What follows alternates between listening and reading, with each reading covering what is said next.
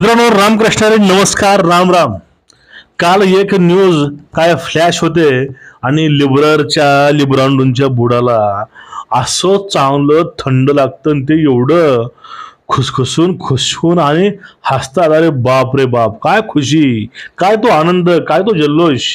कारण काय, नितेश राणे यांना 1 वर्ष एक महिना तुरुंगवास आणि 1 लाख रुपये दंड ही बातमी आल्यानंतर आता त्यांना 1 महिना तुरुंगवास आणि 1 लाख रुपये दंड अशी शिक्षा सुनावली कोर्टानं. पण नितेश राणेच्या लिगल टीमने, वकिलाने वगैरे त्याला युक्तिवाद करून ते स्थगिती आणलेली आहे. आता विषय मित्रांनो अतिशय गंभीर आहे आणि महत्वाचाही आहे. आता या सगळ्यांच्या बुडाला आग लागायचे कारण काय आहेत आणि नेमकं हे हिंदुत्ववादी सरकार असून नेहमी जो कोणी हिंदूच्या बाजूनं त्याच्या माध्यमातून बोलतो त्या व्यक्तींच्यावरती असे संकट काय येतात. बघा मित्रांनो, सर्वांना विनंती, चॅनलला सबस्क्राईब करा, बेल आयकॉन दाबा, व्हिडिओ शेअर करा आणि लाईक करायला विसरू नका, कमेंट करा. जय श्रीराम.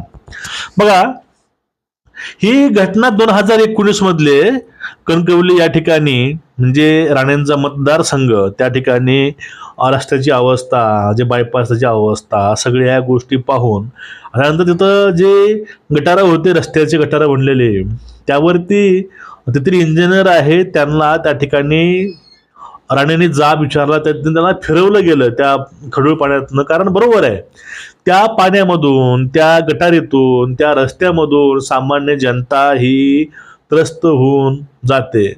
मग या ठिकाणी हे प्रशासन ह्या गोष्टी पाहत नाही, त्याला डोळे झाक केली जाते आणि अशामधून एखाद्याचा मृत्यू झाला मग त्यांना जाग येत असते. मग ही मृत्यू होण्यापूर्वीच राणेंनी ही भूमिका घेतली आणि त्या पाण्यातनं, त्या गटारीतनं त्या जो काही इंजिनियर आहे त्याला घेऊन गेले. पण विशेष बघा, त्या ठिकाणी ते सुद्धा स्वतः त्या चिखलामध्ये, गाळामध्ये भिजले होते.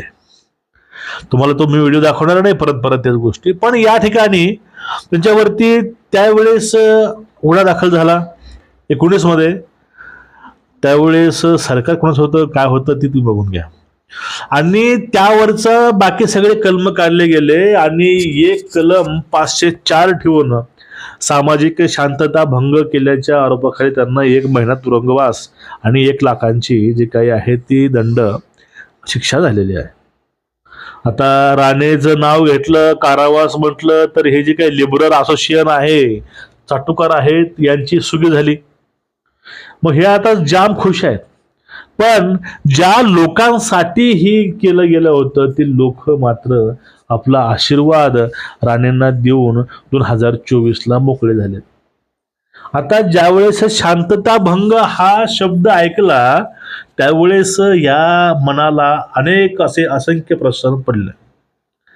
एका पोलीस स्टेशन मध्ये जाऊन रोहित पवारांनी काय तो हंगामा केला होता हे सगळ्यांनी बघितले. त्यावेळेस 353, 354, 504, 506 हे कलम काढवले गेले नाहीत. हा, त्या पुढे जाऊन पाहूया आपण.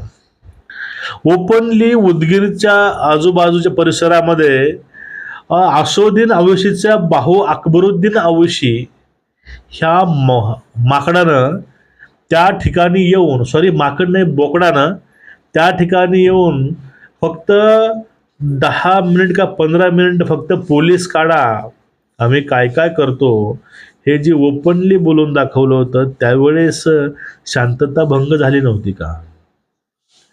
आणि वारंवार 2024च्या प्रचाराच्या वेळेस 10 मिनिट प्रत्येक भाषणामधून तेव्हा विषय बोलायचा की आता किती वाजले, एवढे वाजले, आता 9 वाजायला किती मिनिट बाकी आहेत, 10 मिनिट. हे म्हणजे बघा, या सगळ्यांना शांतता भंग होत नाही.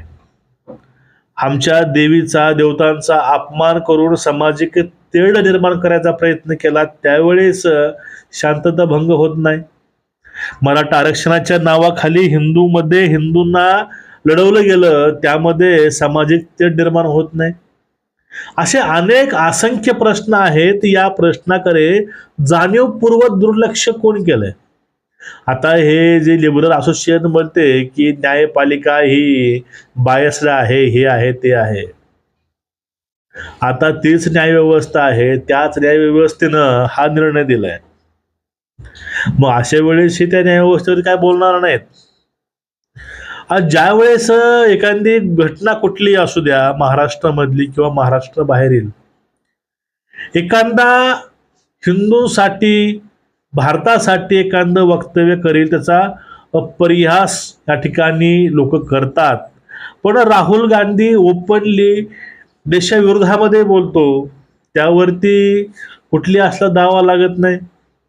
संजय राऊत दररोजचं 9च्या बातमीपत्रामध्ये येऊन सकाळी भोंगळा वाजवतात, त्यांच्यावरती काय अशा गोष्टी होत नाहीत.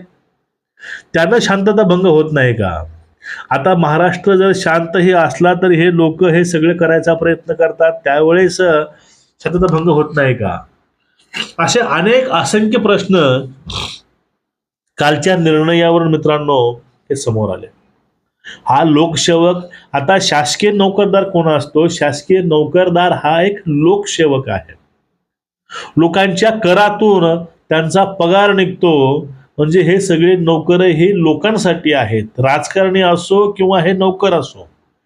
राजकारणाचा मालक सुद्धा मतदार आहे, नोकराचा मालक सुद्धा ही जनता आहे, म्हणून त्यांना लोकसेवक म्हणतात. ते शासकीय नोकर पुन्हा आहेत, पहिले ते लोकसेवक आहेत. त्यांची नेमणूक ही लोकांसाठी, लोकांकरता होते.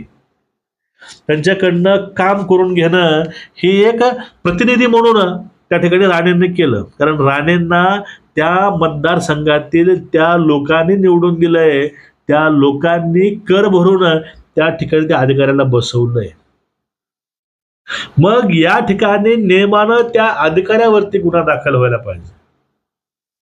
असे असंख्य अधिकारी आहेत. ते अधिकारी कामाच्या कारणास्तव नावाखाली अनेक पैसे उकळायची कामं करतात. असे अनेक रस्ते आहेत, असे अनेक गटारी आहेत, त्या ठिकाणी वर्षानुवर्षे हे प्रशासन दुर्लक्ष करतं. जोपर्यंत त्या ठिकाणी एखादा इन्सिडेंट घडत नाही, एखादा तिथे घटना घडत नाही, तोपर्यंत यांना जाग येत नाही. मग प्रत्येक वेळेस माणूस मरायची वाट बघायची का? त्या ठिकाणी माणूस मरेल मग त्यावेळेस बघू असं करायचं का? मग यावेळेस नेमकं राण्याचं चुकलं काय हो?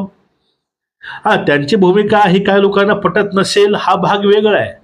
पण एक सामान्य नागरिक म्हणून तुम्ही विचार करा, एखाद्या भागामध्ये जर अशी अवस्था असेल, मग त्या ठिकाणी जर एखादा लोकप्रतिनिधी जर नाही बोलला तर बोलणार कोण? बोलायचं कोण? जर हे लोक आमदारावरती केस करू शकतात, आता हे काम होतं ते कुठलं राणेंच्या घरातलं काम नव्हतं किंवा यांचं वैयक्तिक पर्सनल काम नव्हतं. जर मला तू चहा आणून दे, मला तू सुपारी आणून दे, काय आणून दे, असं होतं. त्यांचं हे मतदारसंघातील काम होतं. त्याच्या माध्यमातून राणेंना त्यावेळेस टार्गेट केलं गेलं का? आणि आता जे काही त्यांच्यावरती कलम आहे 504 अंतर्गत गुन्हा आहे, शेवटी तो न्यायप्रविष्ट आहे. न्यायालय जे निर्णय देईल ते निर्णय मान्यच आहे.